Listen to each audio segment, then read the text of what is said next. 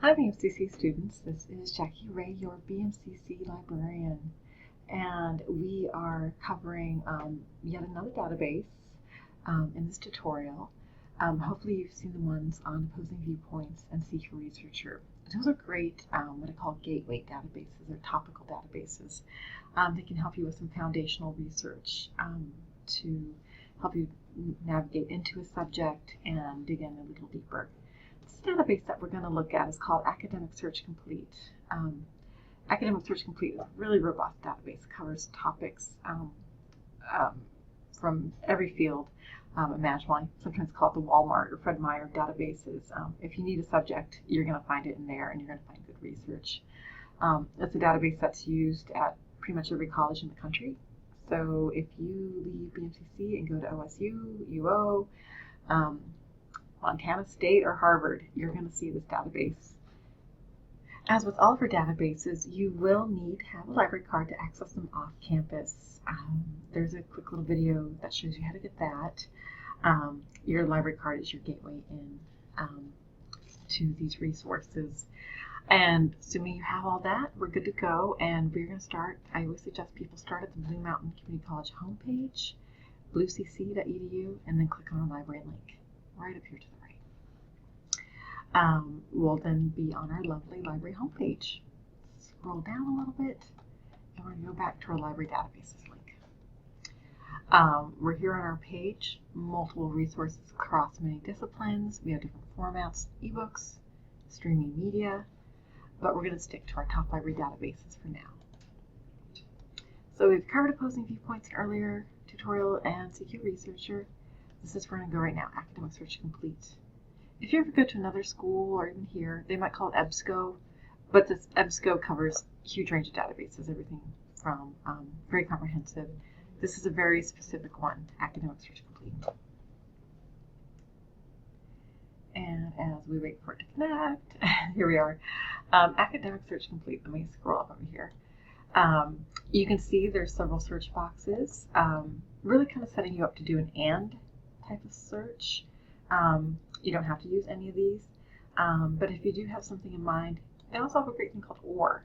So, for example, if you are doing research on, I don't know, teenagers and high schoolers and, sports or something like that, you might want to type in, say, sports, high school sports and teenagers, or adolescents, or high schoolers, or another word in there that applies to your subject area. It can be very useful in that regard, but really what you can do is just start with your search. Before we do that, I do want to show you a couple other things down here that are helpful. So we're going to scroll down. Something that you might want to mark before you dive in even any further is the full text link.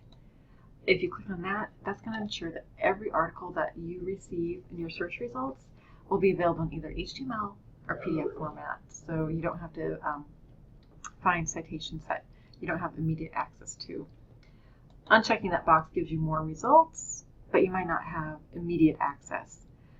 That being said, if you find something and you want it and it's not in any of our library databases, please contact the library. We can get you anything from pretty much any library in the country.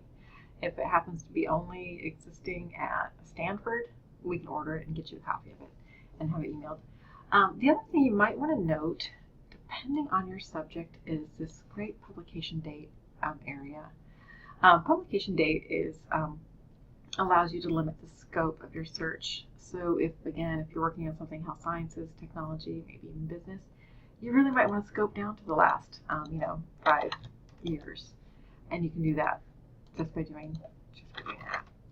So it can be very useful. So, in fact, for this subject, I'm going to go ahead and keep that in. And we can click the full text up here. We'll just scroll back to our search screen. We're going to sit to our topic, human trafficking. Why not? The databases try to be really helpful and try and guess, what are you really looking for? Is there something more specific?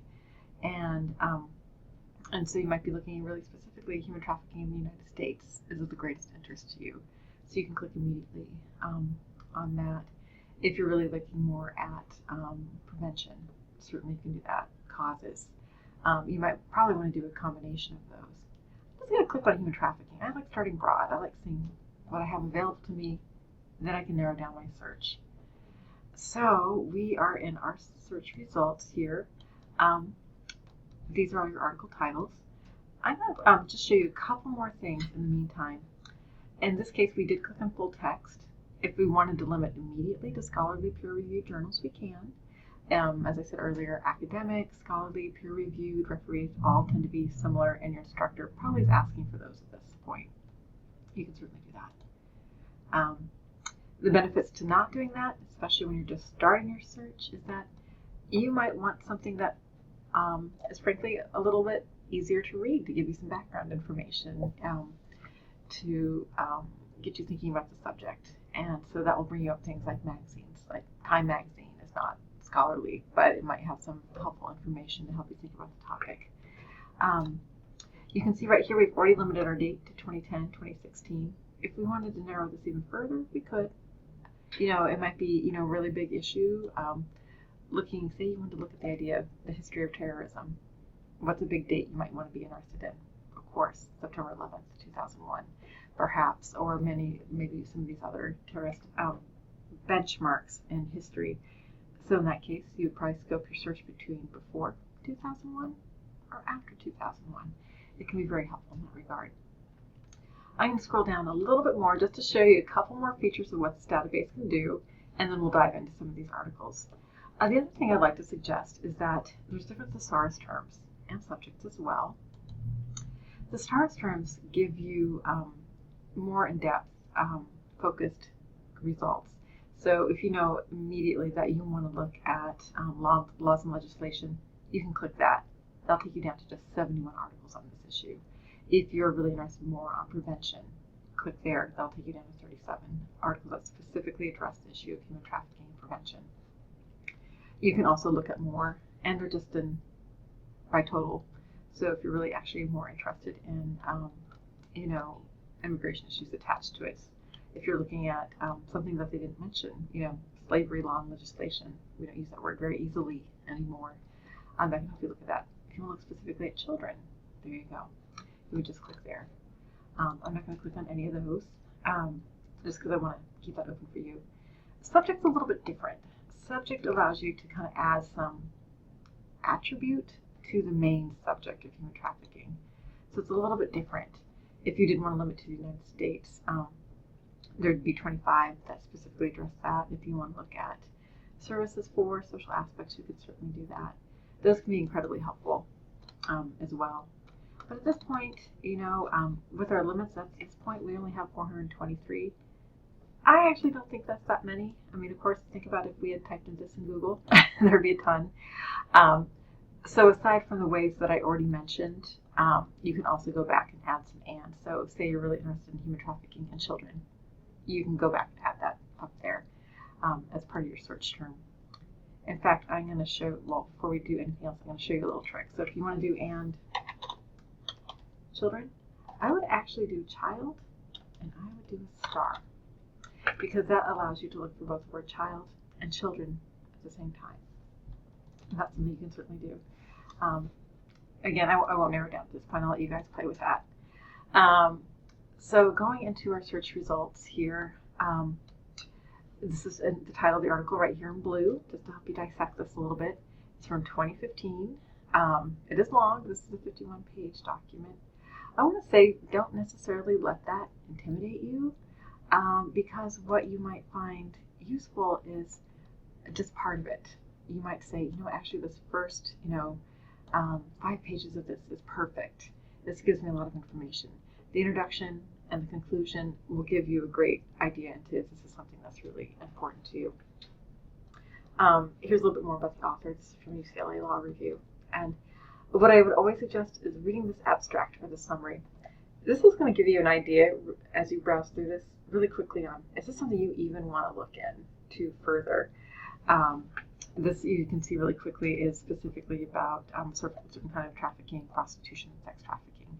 And it's looking at the particular victims of that type of crime and looking more at children as well. If that is the subject you want to dive into a little bit further as far as exploration, that this might be the exact article that you're interested in reading. So you know right now you've saved yourself a lot of time. You're getting your preview, your snapshot.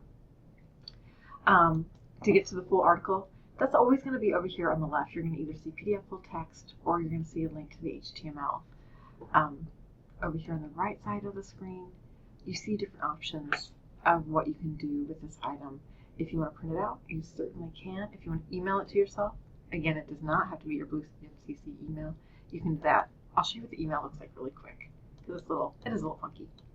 The email is going to be from this EP host at epnet.com. You can change that. I like to email things from myself to myself, to be honest. And so I would just change this to my email, jray@bluecc, and email it to jray@bluecc. That's perfectly fine. Add a subject. I do find that helpful. I would suggest it. And this is, you can also send the citation format. Again, if you're in writing 122, 21, 115, MLA is what you'll use. If you're in 227, a social sciences class, you'll use APA. So just a click of the button gets you there. If you do get to the full PDF, there it is right there. It's exactly how it appeared in the original article. That can be really helpful. What's really cool is over here is that it gives you the other articles that appeared in the same journal. This can be really interesting because often journals will do like what they call a special issue. The entire magazine journal focuses on this particular topic. So again, if you need 5 sources, well, you may have found everything you need in this one particular journal. It can be really helpful. And the same features of print, save, email don't go away. In fact, the cite feature, which we didn't look at earlier, is still right there. And EBSCO tends to be pretty good. They're in alphabetical order. So here's APA, ready to copy and paste. If you scroll down to MLA, that looks actually pretty good too. Sometimes there's little things to tweak. Of shouldn't be capitalized, for example. Things that you'd probably catch. As you put it into Word, you might find that it takes up 2 lines. You have to indent the second line. So that's something very useful to look at. And so going up here, let's go back to our result list.